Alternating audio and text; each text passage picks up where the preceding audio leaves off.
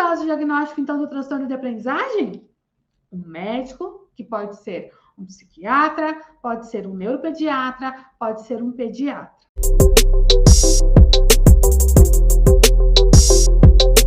Nosso protocolo de avaliação, ele vai ter ali alguns passos para serem seguidos.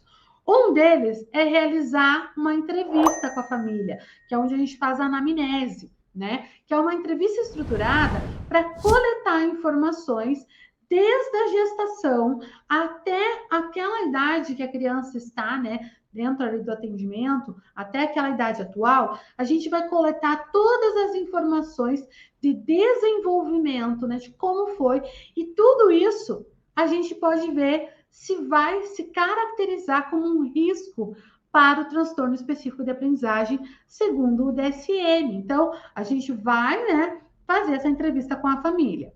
A gente vai avaliar dentro do processo os marcos do desenvolvimento. Então, quando a gente avalia os marcos do desenvolvimento e a gente vê que tem algum prejuízo, né, global, algum déficit, alguma questão que vem antes da leitura e da escrita ou da matemática, a gente vai ver esses indicativos, né, como não característicos de transtorno da escrita, transtorno de aprendizagem. Então, a gente vai ver que é algo relacionado com o desenvolvimento, e aí a gente tem que investigar. Então, nós vamos avaliar os marcos do desenvolvimento dentro do nosso processo de avaliação neuropsicopedagógica.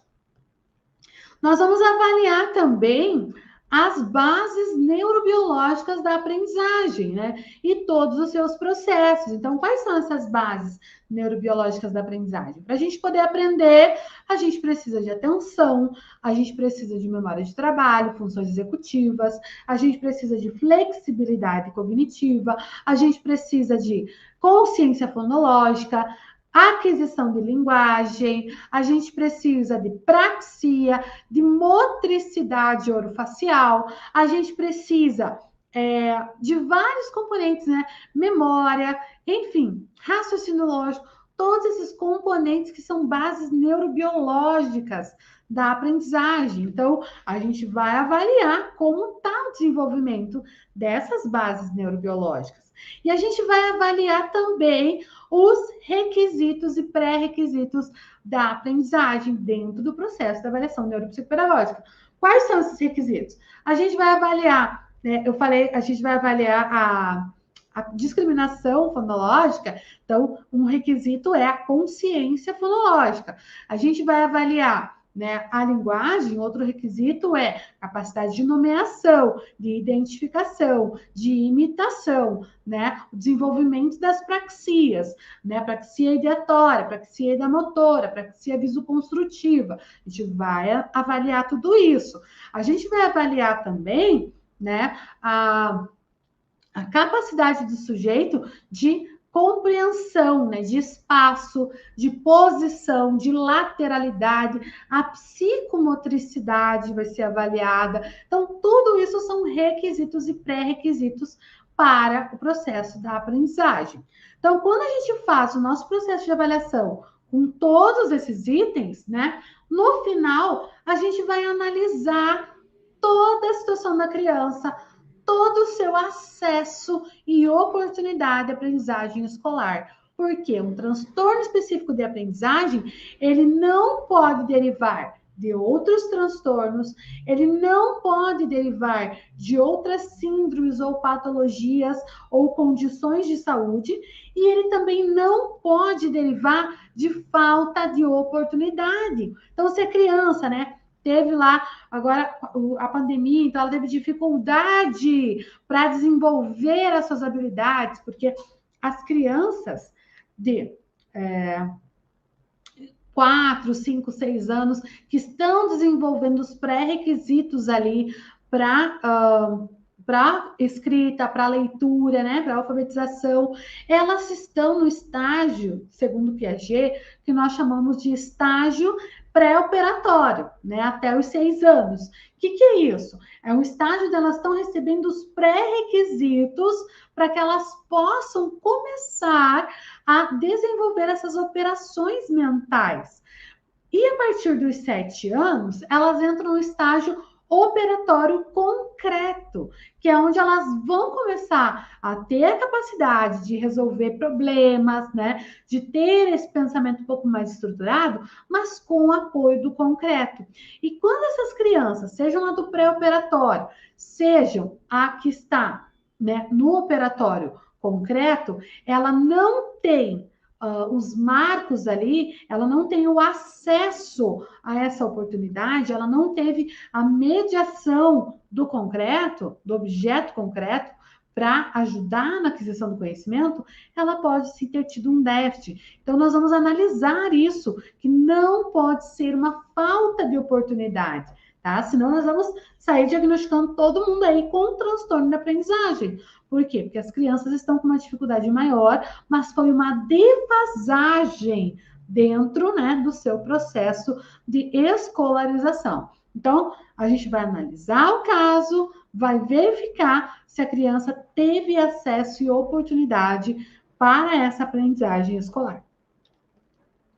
E a partir disso, né, fizemos a demanda da avaliação. Realizamos entrevista com a família, avaliamos marcos de desenvolvimento, avaliamos junto ali as habilidades que são neurobiológicas, avaliamos os pré-requisitos da aprendizagem, os requisitos. A gente vai, né, analisar tudo e finalizar com o nosso laudo técnico, que é o relatório final aí da nossa avaliação. Aí sim, com o conhecimento que a gente tem de tudo que aconteceu com essa criança, com o conhecimento que a gente tem no DSM, que nos embasa técnica e cientificamente, a gente vai verificar esses indicativos para um transtorno, um possível transtorno, e fazer os devidos encaminhamentos para o médico, para profissionais da área médica, porque ele vai realizar a avaliação diagnóstica e dar ou não o laudo diagnóstico, tá? Quem faz o diagnóstico, então, do transtorno de aprendizagem? Um médico, que pode ser um psiquiatra, pode ser um neuropediatra, pode ser um pediatra, tá? Todos esses profissionais na área infantil, né, eles vão realizar a avaliação e o diagnóstico do transtorno específico de aprendizagem. Tá, Karen, se a gente não faz o diagnóstico, como que o neuropsicopedagogo ajuda na identificação dos marcadores e dos sinais aí de risco para os transtornos. Então, a identificação de um transtorno específico de aprendizagem, ela é multidisciplinar. Por isso, vai precisar de profissionais de diversas áreas do conhecimento.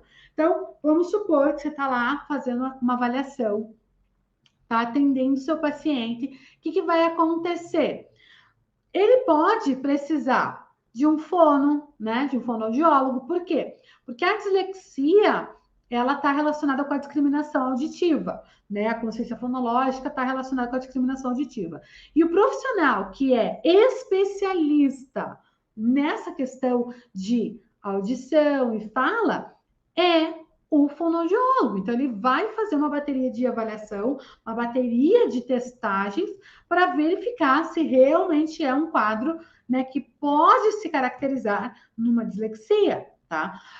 O profissional, além do transtorno específico de aprendizagem, com prejuízo na expressão escrita. Essa criança, ela pode ter uma alteração motora, então precisa aí de um fisioterapeuta ou de um terapeuta ocupacional, porque o terapeuta ocupacional, ele vai auxiliar a desenvolver as habilidades básicas diárias. E a escrita, a leitura, elas são habilidades básicas diárias. Então, a gente vai precisar aí de um quadro de profissionais, né? Um psicólogo, neuropsicólogo, fonoaudiólogo, terapeuta ocupacional, fisioterapeuta, um neuropsicopedagogo, um psicopedagogo. Todos esses profissionais vão compor aí essa equipe multidisciplinar para avaliação. Então, toda avaliação de transtorno, ela precisa ser multidisciplinar, tá?